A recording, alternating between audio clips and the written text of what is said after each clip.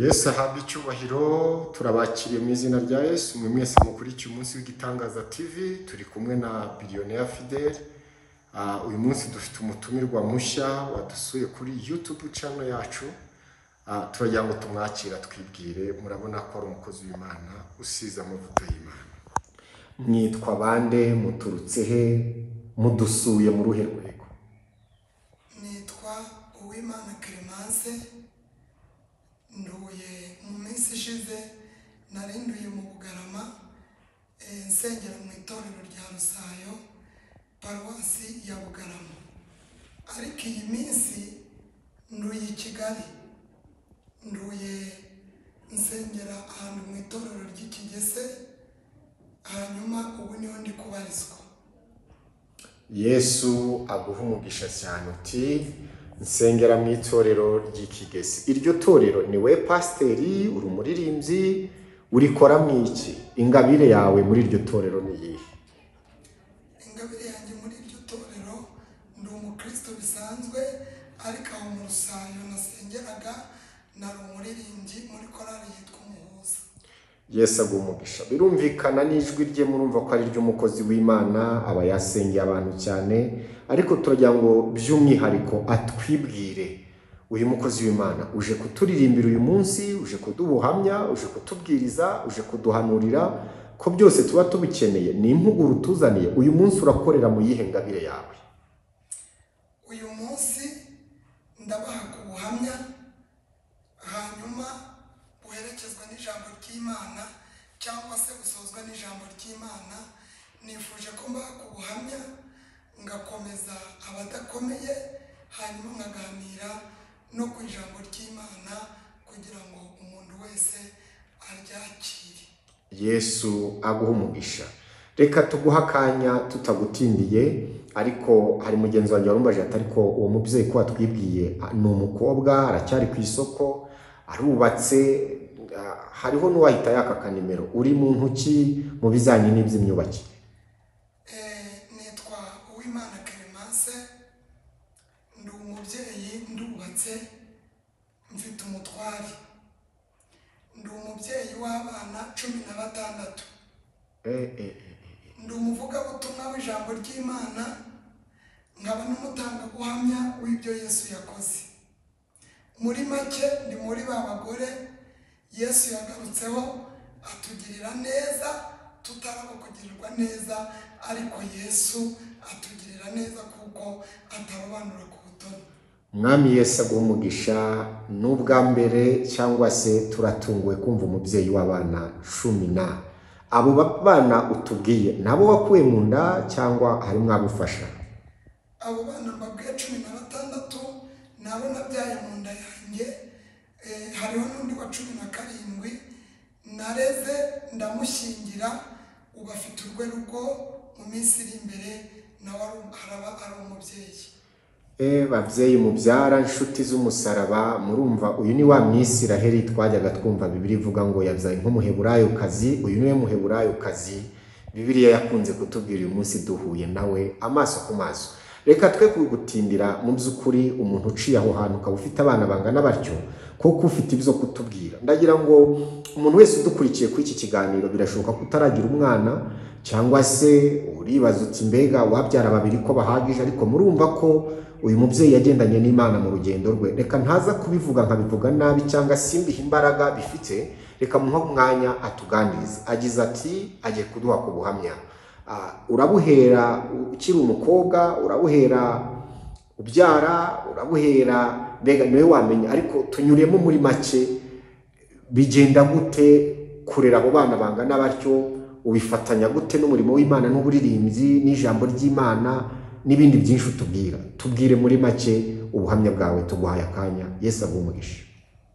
Hanyuma uyu mwanya sindi bubihere hasi uko byatangiye n'uko byarangiye, ahubwo ndavugaho mu ncamake y'ubuhamya, kuko numva nifuza cyane kurushaho gusoma ijambo ry'Imana. Niryo numva ryanje ku mutima, niryo numva nifuza ko twaganiraho. Yesu aguha umugisha. Reka tumuha akanya atunyuriremo muri make ku buhamya.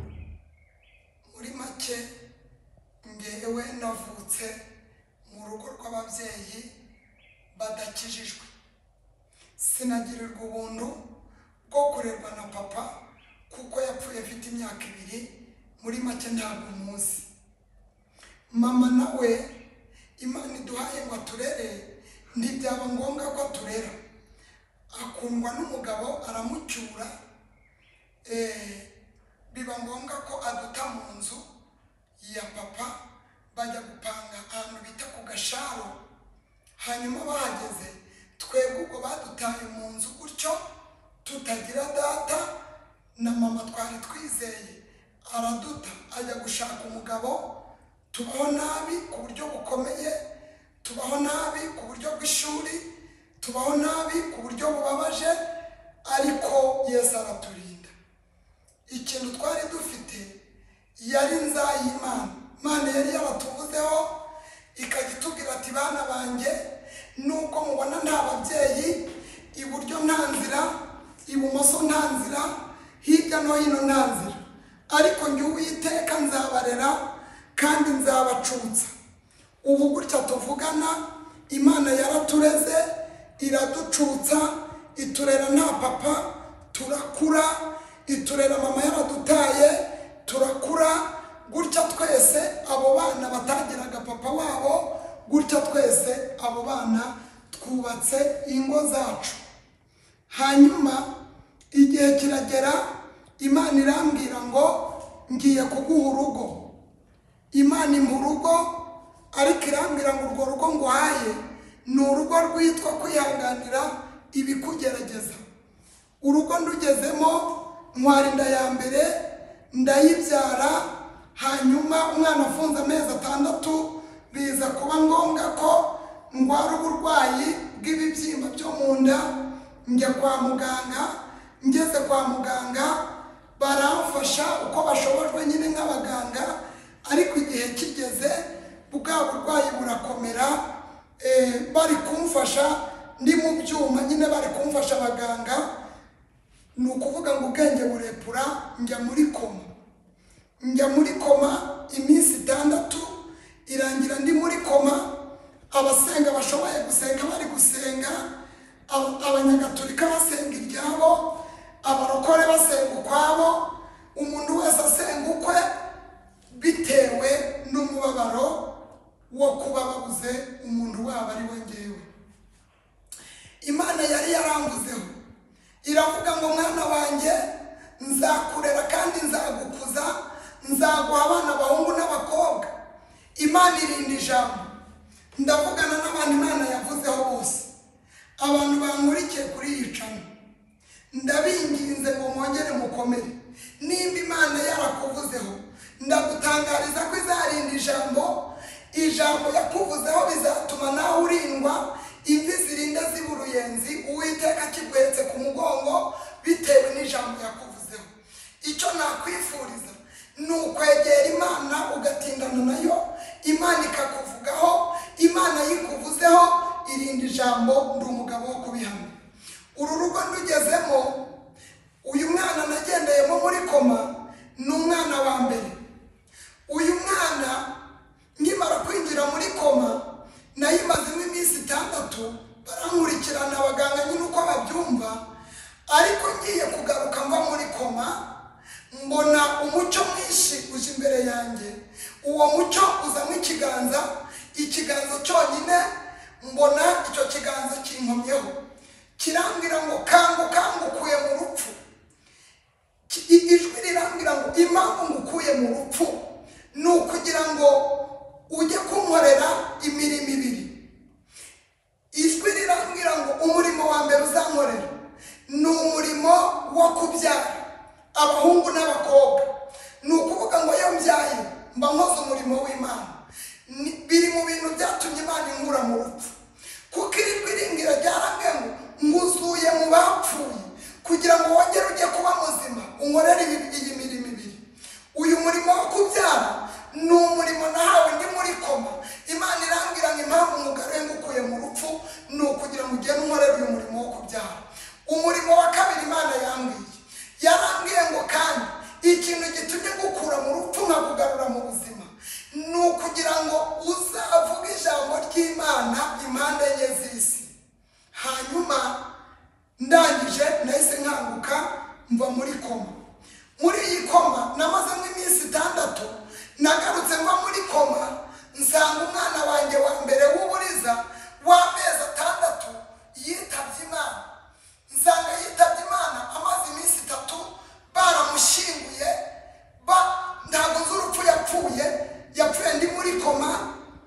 nsanga amaze iminsi 3 baramushyinguye ntabizi ndi muri iyi koma.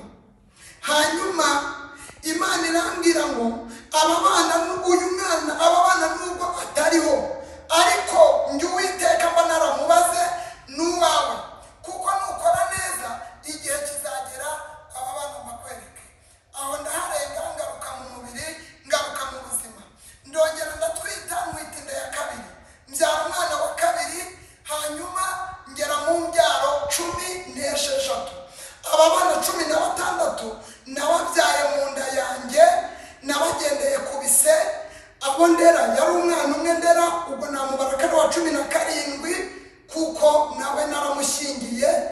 Namushingiye vuba mu kwezi kwa 7 niho namushingiye. Uyu wa 17 nareraga naramushingiye. Ibyo nabyo nyamishimira Imana ko yabanye nanjye mu gihe cy'ubukwe bw'uyu mwana ngamushingira. Imana ishimwe. Hanyuma uru rugo narubayemo ishuri ryitwa kwihanganira ibingerageza. Nahuye n'ubuzima bubi, nabyaye imbyaro 10, narateka inyama iwanjye mu rugo, ngabyara ngasubiza ingobyi umugongo, ngasubirayo nta mahwa. Izi mbyaro 10 nazibyaye ntabasha kubona n'ubuzima bwo kuvuga ngo nakora igikoma cy'umubyeyi wabyaye. Izi mbyaro 10 nazibyaye ntabasha kubona n'amafaranga yo kugura isukari ngo mvuge ngo ndateka icyayi nk'umubyeyi wabyaye. Ariko nari mfite nzayimana, nari mfite ijwi rivuga ngo nzakugirira neza, nzagutabara, nzakurengera, nzakugaburira. Nari ndi mu buzima bubi, nari ndi mu buzima bukakaye, nari ndi mu buzima bw'ishuri, ariko ndi umugabo wo guhamya ko Imana ibasha guhindura ubuzima, igakura mu buzima bukakaye, Imana igatanga ubuzima. Ubu buzima izi mbyaro 10 nazibyaye ndi mu buzima bwitwa uduhinda. Nari ngira uduhinda 50. Ubu buhinda nicaye hasi ndabubara, mbona n'ubuhinda 50. Mbona ubu buhinda ni bwinshi. Ubu buhinda nabubyariragamo, ubu buhinda nkabwongerezamo, ubu buhinda nkabuhekamo umwana, ubu buhinda nkabugendamo, ubu buhinda nkaburyamamo, ubu buhinda nkabukoreramo Imana. Ariko igihe kigeze nicara hasi ndoranyamo ubuhinda 13. Mbwira Imana ati Mana umbabarire ubu buhinda, utuduhinda 13 uzaduhereho utundangize untabara. Hari agahinda kandi agahora kambabaza cyane. Ubuhinda bwari bwinshi pe, ariko agahinda k'inzara nabonaga ari agahinda kafashe intera ku buzima bwanjye, nabonaga ari agahinda kashoye imizi. Ariko ndi umugabo wo guhamya ko Imana ibasha kugaburira abantu bashonje, ndi umugabo wo guhamya ko Imana ibasha kwambika abambaye ubusa. Muri ubu buzima nagiraga n'agahinda ko kumera nk'uri hanze. Nagiraga inzu y'ibyatsi, imvura ikagwa mu nzu, imvura ikagwa no hanze, hanyuma hanze igahita mu nzu imitonyi yo ku nzu y'ibyatsi ikagwa imitonyanga mu nzu. Nari narinjije ibintu byitwa ibirokosima, mbishyira mu nzu kugira ngo imvura nigwa nijoro nko mu masaa 6 saa 7 tudafite ahantu turi bujye kugama n'abana. Nari narinjije ibintu by'ibirokosima. Ibirokosima ni bino bintu babumba mu mucanga, ni ukuvuga ngo kiba kimeze nk'ikibuye. Imvura yagwa mu nzu hamaze kuba ikidendezi cy'amazi, abana abatoya nkabahagarika ku icyo kirokosima kugira ngo byibuze bakure amaguru mu mazi y'ikidendezi yaretse mu nzu. Kuko habaga ari nijoro, byasabaga mufata amasahani nze nyora amazi nsohore hanze, nze nyora amazi nsohore hanze, dutegereze humuke, tuharambike umusambi tubone uko turyama. Aka nako kari agahinda gakomeye. Ariko Imana ikambwira ati humura, nzakugirira neza, utu duhinda twose nzadukemura. Nari mfite n'agahinda ko kuba umutwara wanjye arahoraga mu kabari, akagenda ijoro agataha irindi. Ndafite umwanya wo kumureba ku manywa kugira ngo mubone ku manywa nkarinda kubisengera. Nkabwira Imana ati Mana uzambabarire untabare, nimbona umutwara wanjye isura ye ku manywa aho nzagera nzagushima. Igihe cyarageze, Imana irantabara. Uyu mutwara wanjye ubu tuvugana yaretse inzoga, ubu ni umukristo, ntabwo kijya mu kabari. Dusigaye twirirwana nkamureba nanjye akandeba, iki ndagisha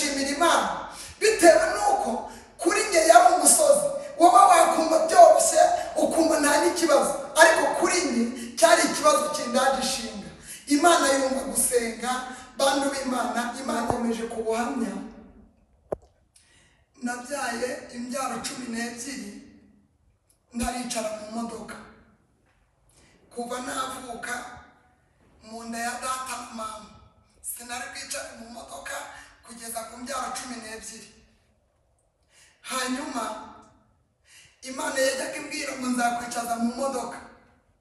Ubu turi kuvugana nayicayemo. Imana yajyaga imbwira ngo nzakujyana i Kigali, nkajya numva i Kigali nkumva ari ubugari bunini bazasonga bagashyira ku isuniya nkarya. Numvaga ari i Kigali bazasonga nkarya. Ntabwo niyumvishaga ibintu by'i Kigali. Numvaga Imana imbwiye ngo nzakujyana i Kigali, ngumva ari ibintu bimeze nk'igisakuzo. Ariko ubu turi kuvugana, mu by'ukuri ubu turi kuvugana nduye i Kigali. Ndashimira Imana ibasha kuvuga igasohoza, kandi ibyivuze igakura mu magambo igashyira mu bikorwa.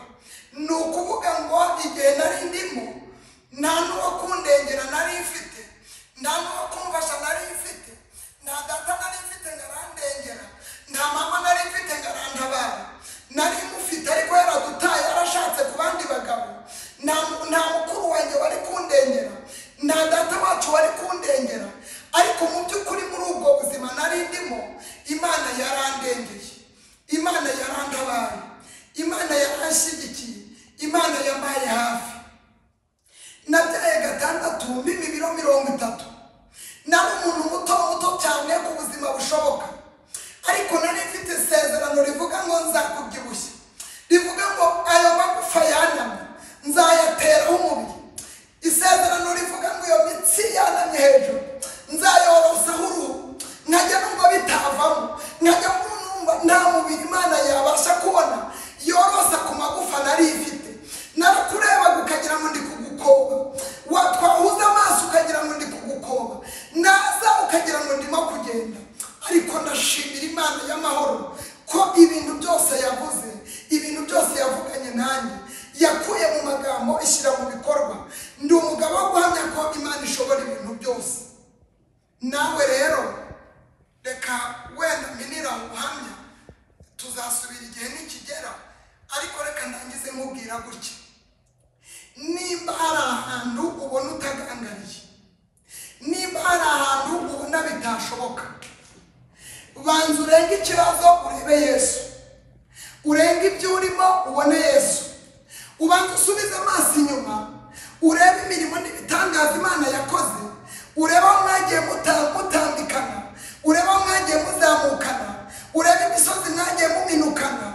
Ubwire Satani ngo nubwo uyu munsi Imana idakoze, ariko ndizera ko yakoze bya bindi mu bihe byashize, iracyari ya Mana ndita garanti. Wongera ubwire Satani, umwereke intumbi z'ibintu byinshi Imana yishe ku buzima bwawe. Wongera umwereke bya deni yishyuye, umumenyeshe ko n'iryo ufite uyu munsi Imana izaryishyura.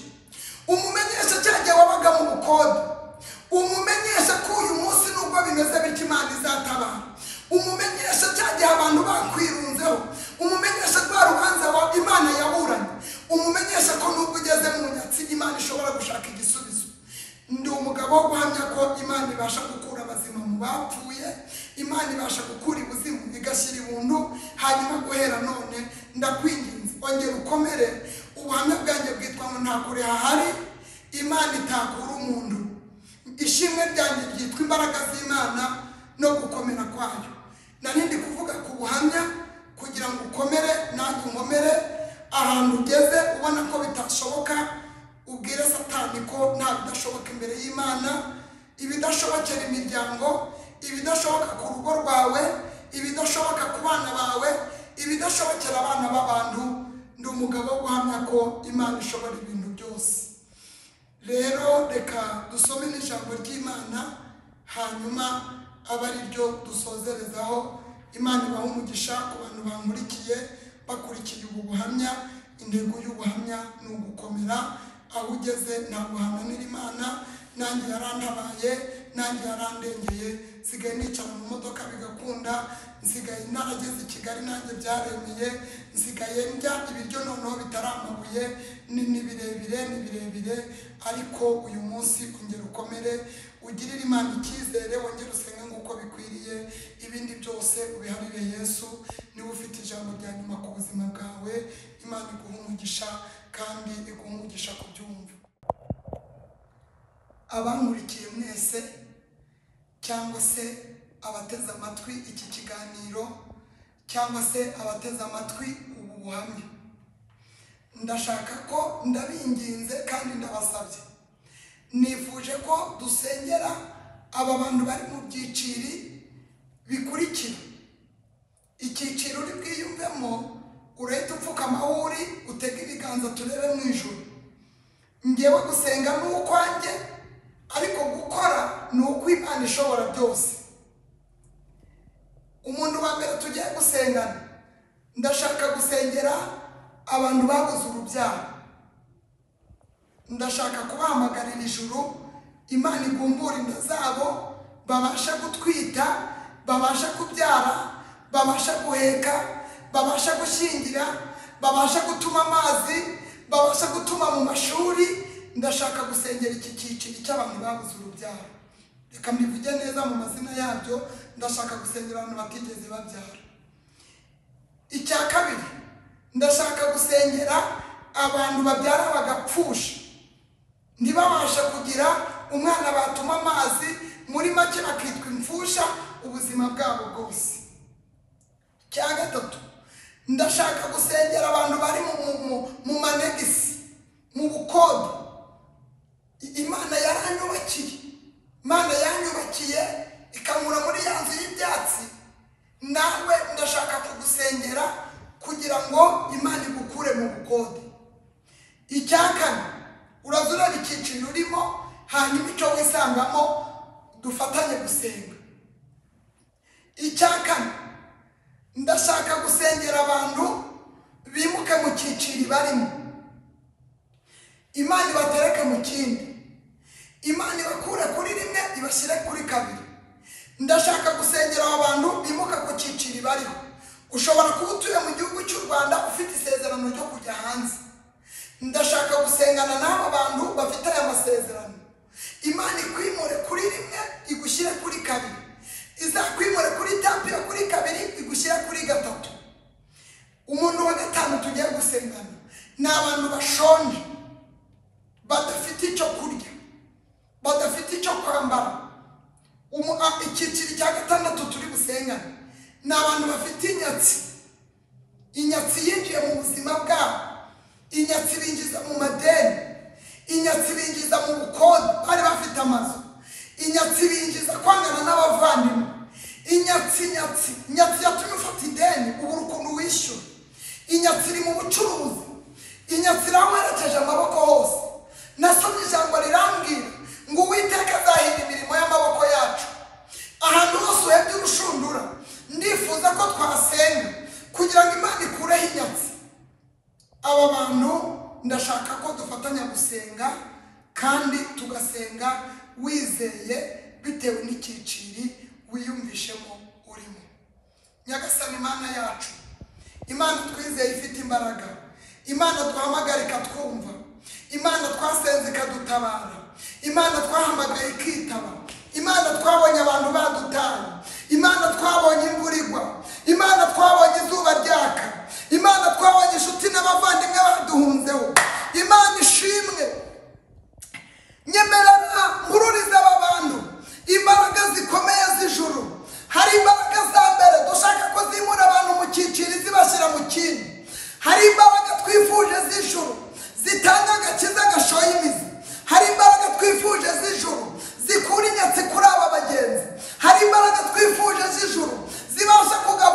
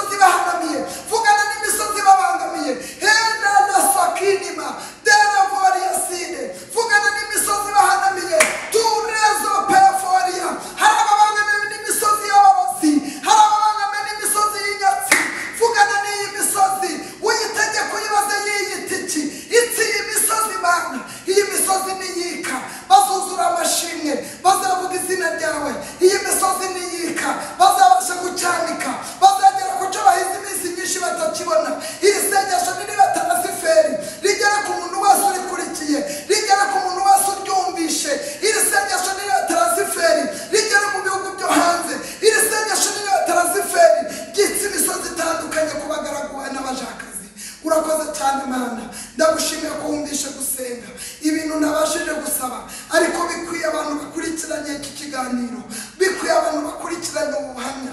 Ndakwinginze ngo ibyo ndasabye ubona bibakwiye, bibahera ubuntu.